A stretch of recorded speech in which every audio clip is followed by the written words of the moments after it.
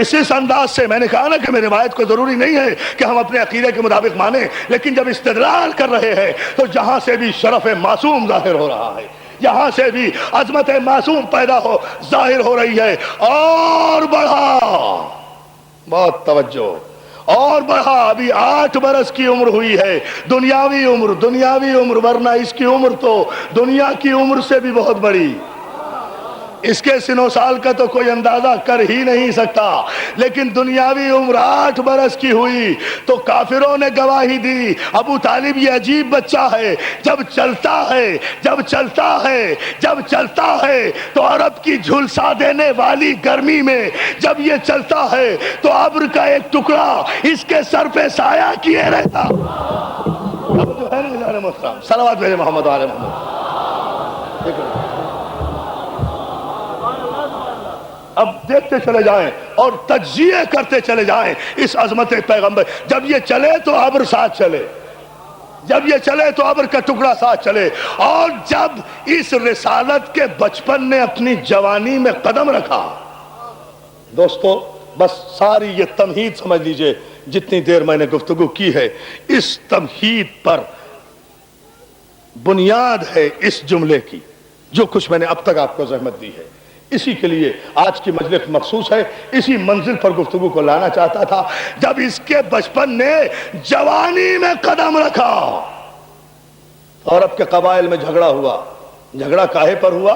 حجر اسود کی تنصیب پر، دیکھتے جائیں فعل معصوم، حجر اسود کی تنصیب پر جھگڑا ہوا، سارے قبائل جھگڑا کرنے لگے، ہر قبیلہ کہتا یہ پتھر ہم نصب کریں گے، ریکنسٹرکٹ ہوا تھا خانہ کعبہ اور اس کی دیوار کا کچھ حصہ تو حجر اسود کو نکالا گیا تھا، اسے دوبارہ نصب کرنے پر جھگڑا ہو رہا تھا، سارے قبیلوں میں تلواریں نکل آئیں، ہر ایک چاہتا تھا یہ پتھر ہم نصب کریں، ہر ایک چاہتا تھا، تلواریں نکل آئیں، خون کا اندیشہ تھا، غارت گری کا اندیشہ تھا، ابھی اعلان رسالت نہیں ہوا، ذہن میں رہے، ابھی تو یہ آمنہ کا چاند عرب کے کافروں سے صادق و امین کا لقب خراج میں لے رہا ہے، خراج میں لے، ایک جملے پہ توجہ کریں، خراج میں لے رہا ہے یہ لقب، ابھی اعلان رسالت نہیں کیا، پوچھا کیوں جھگڑا کر رہے ہو قبیلے والوں، کہا حضور حجر اسود نصب کرنا ہے، کہا اس میں جھگڑے کی کیا بات ہے، صبح آ جانا، جو سب سے پہلے خانہ کعبہ میں داخل ہو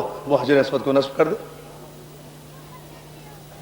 وہ بھی ایسی اس خاموشی اور اس انداز سے اور اس ادب کے ساتھ واپس چلے گئے، اس لیے کہ کہنے والا صادق بھی تھا، امین بھی تھا، ایسا نہیں محترم ذرا اندازہ کیجئے نا، کہنے والا صادق بھی تھا، کہا اس میں جھگڑے کی کیا بات ہے، صبح آ جانا اور جو داخل ہو سب سے پہلے خانہ کعبہ میں فیصلہ ہو جائے گا۔ صبح ہوئی، اب دیکھیں، مجھے اب آپ ایک بات بتائیے کہ نئی بات عرض کر رہا ہوں، اللہ کی قسم دعویٰ کر کے کہتا ہوں اس منبر کی قسم کہ یہ لاجک ابھی تک کسی نے پیش نہیں کی، واقعہ آپ نے سنا ہوگا، مگر میں آپ کی توجہ چاہوں گا، بھئی ہم میٹرک سے اور بی اے تک اور ایم اے تک یہ پڑھتے چلے آ رہے ہیں، حجر اسود کو نصب پر جب جھگڑا ہوا تو حضور نے فیصلہ کیا، فیصلہ کیا کیا؟ جملہ سب نے پڑھ لیا ہوگا، بڑے بڑے سیرت نگار کی نگاہ ہی نہیں گئی اس پر، کہا جو سب سے پہلے معجزہ بتا رہا ہوں، شاجی آپ کے بھی ذہن میں نہیں یہ بات، سنیں تو صحیح نا، حافظ صاحب کے بھی ذہن میں نہیں، مجھے پتا ہے نا، دیکھیں غور کریں اس پر، بھئی اس میں جملہ کیا ہوا؟ بھائی صبح آ جانا اور سب سے پہلے جو خانہ کعبہ میں سورج کی پہلی کرن کے ساتھ داخل ہو، اسے حق ہے کہ وہ حجر اسود کو نصب کرے۔ اس میں بات کیا تھی؟ ارے لوگ ساری رات وہیں بیٹھ جاتے، گھر جانے کی کیا ضرورت تھی؟ سورج نکلنے کا انتظار کرتے رہتے، پہلی کرن نکلتی، سب بھاگنے دوڑنے میں تیز تھے، جلدی سے خانہ کعبہ کی دیوار کے نزدیک آ کر کھڑے ہو جاتے اور آ کر یہ شرف حاصل کر لیتے۔ آخر تاریخ کا مورخ سرسری کیوں گزر گیا؟ پوری توجہ دوستو، سب مورخین نے لکھا کہ سب سے پہلے خانہ کعبہ کی دیوار کے نیچے آفتاب رسالت پہنچا ہے، سورج کی پہلی کرن کے ساتھ، سب بعد میں پہنچے۔ کیوں؟ کیا ایمرجنسی ہو گئی تھی؟ کیا کسی جنازے میں میں رک گئے تھے؟ کیا جلدی ہو گئی تھی؟ جلدی پہنچ جانا چاہیے تھا۔ اتنا بڑا شرف جس پہ تلواریں نکال رہے تھے، پیغمبر سے پہلے پہنچتے کیوں نہیں پہنچ سکے؟ عزیزان محترم، اب عرض کر رہا ہوں مولا کی عطا کے ساتھ پہنچ کیسے سکتے تھے؟ امین نے کہا تھا کہ سورج نکلنے کی پہلی کرن کے ساتھ جو پہنچے گا وہ حجر اسود کو نصب کرے گا۔ سورج ان کے بس میں کہاں تھا؟ پیغمبر جب تک کعبے میں پہنچا نہیں سورج نے چہرہ دکھایا نہیں، وہ سمجھتے رہے یہ ہے وہ۔ آئیے آئیے تاریخ کے فیصلے کریں۔ مولا آپ کو سلامت رکھے۔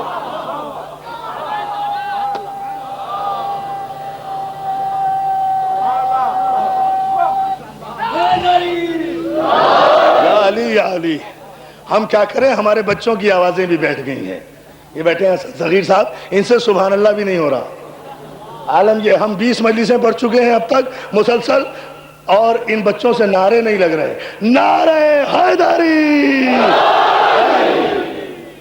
صلوات بھیجے بابا بلند محمد علیہ محمد۔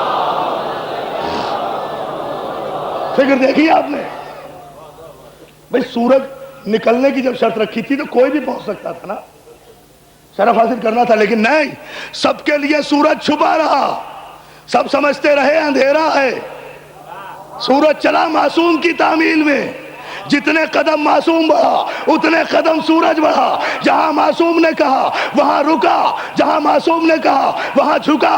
جب چہرہ نہ دکھایا معصوم نے کہا اب پہلی کرن دکھا، تو محمد حجر اسود کے قریب تھے۔ اور وہ لوگ جو سورج کو ساری رات انتظار کرتے رہے کہ اب نکلے، کب نکلے، جب نکلے، انہوں نے دیکھا تو آفتاب رسالت کو دیکھا، آفتاب رسالت کو دیکھا۔ ساری رات سوتے رہے، ساری رات انتظار کرتے رہے۔ اب اس جملے پر آپ توجہ فرما لیں، یہ تو وہ فکر ہے جو ہم نے پیش کی، جو مولا نے عطا کی، لیکن اس منزل پر ہم آپ کی ذرا سی توجہ اور چاہیں گے۔ یہ کتنا عجیب مقام ہے عزیزان محترم، اللہ رے تدبر پیغمبر، اللہ رے بصیرت پیغمبر۔ جھگڑے کی کوئی بات نہیں ہے، میں پہنچ چکا ہوں سب سے پہلے، نصب تو کروں گا میں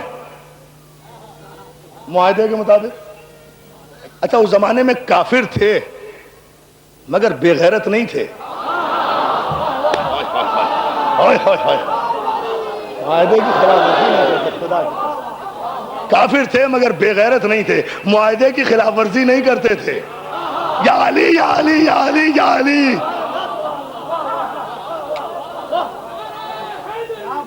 جیو جیو۔ ہاں حضور، بالکل بالکل جینٹلمین پرومس ہے، بالکل۔ عبداللہ کے بیٹے آپ ٹھیک کہہ رہے، آپ ونر ہیں، آپ سب سے پہلے آئے، آپ کو حق ہے۔ اور پھر آپ سے زیادہ صادق کون ہے؟ آپ سے زیادہ امین کون ہے؟ اور توجہ تو فرمائیں اس جملے پر۔ بس ٹھیک ہے، آپ ہیں، کہا نہیں، میں مسلمانوں کے لیے رحمت بن کر نہیں آیا، میں عالمین کے لیے رحمت ہوں۔ میں محروم تمہیں بھی نہیں کروں گا۔ اپنے دوست سے عبا اتاری، چادر بچھائی، حجر اسود کو اپنے ہاتھ سے اٹھا کر اس چادر میں رکھا، کہا سارے قبیلے اس چادر کے کونے پکڑ لو، اٹھا کر تم چلو، نصب میں کر دوں گا۔ سارے قبیلے خوش ہو گئے، سارے قبیلوں نے چادر کے کونے پکڑے۔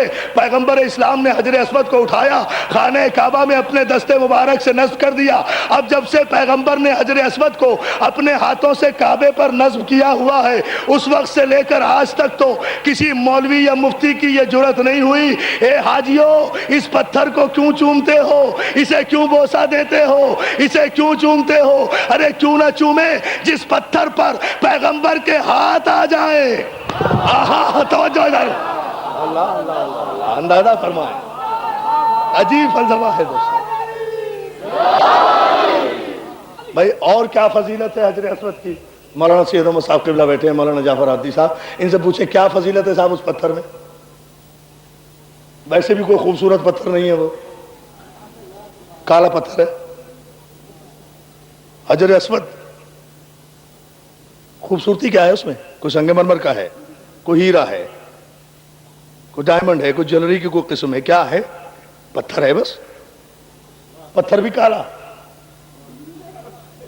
ایک تو پتھر وہ بھی کالا، اور سارے گوروں کو کہتا ہے اللہ میاں اس کالے سے جا کے منہ رگڑو۔ اللہ اللہ اندازہ تو کرے نا، عجیب فلسفہ ہے حضور، ایسا یا نہیں؟ ہاں، بڑے بڑے خوبصورت بڑے بڑے چاند چہرے والے لوگ اس کالے سے جا کے منہ رگڑتے ہیں۔ پوچھا میں نے مولانا سے، مولانا یہ اتنے خوبصورت آدمی، حسین آدمی، ٹماٹر جیسے آپ، یہ آپ کالے پتھر پہ منہ کیوں رگڑ رہے تھے؟ کہ جی کالے سے نور آ رہا تھا۔ بات توجہ توجہ توجہ، میں نے کہا گورے چہرے پر کالے سے نور آ رہا تھا۔ ارے کہنے لگے پتھر کا کمال نہیں ہے، نور کے ہاتھ مس ہو گئے۔ یا علی یا علی یا علی حیدری۔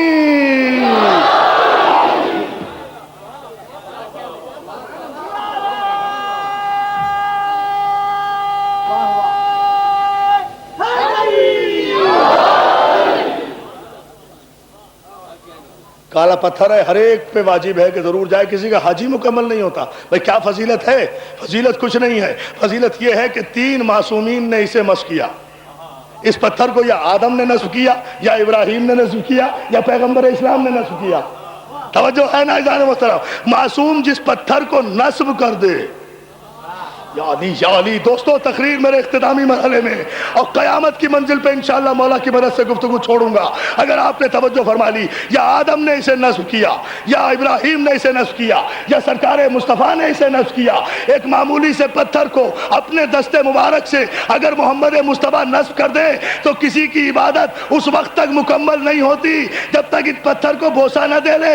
اگر حاجیوں کے حج کی وجہ سے، رش کی وجہ سے پتھر تک نہ جا سکو تو مولانا سے پوچھو، یہ حکم ہے کہ دور سے پتھر کی طرف اشارہ کر کے اپنا ہاتھ چوم لو۔ ہے نا حضور؟ اندازہ تو کریں، اپنا ہاتھ یعنی پتھر کی طرف رخ کر کے اپنا ہاتھ چوم لیا تو پتھر کے سارے تبرکات سمٹ کر آپ کی ہتھیلی میں آ گئے۔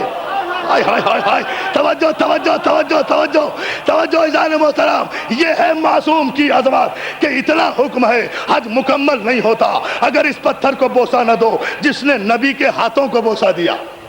جس نے نبی کے ہاتھوں کو بوسہ دیا، وہ پتھر کو اگر آپ بوسہ نہ دیں آپ کی عبادت مکمل نہیں ہوتی۔ اب پتھر کا رنگ نہیں دیکھنا ہے، اس کی قیمت نہیں دیکھنی ہے، اس کی نسبت دیکھنا ہے کہ معصوم کے ہاتھوں سے نصب ہوا ہے تو رسول اللہ۔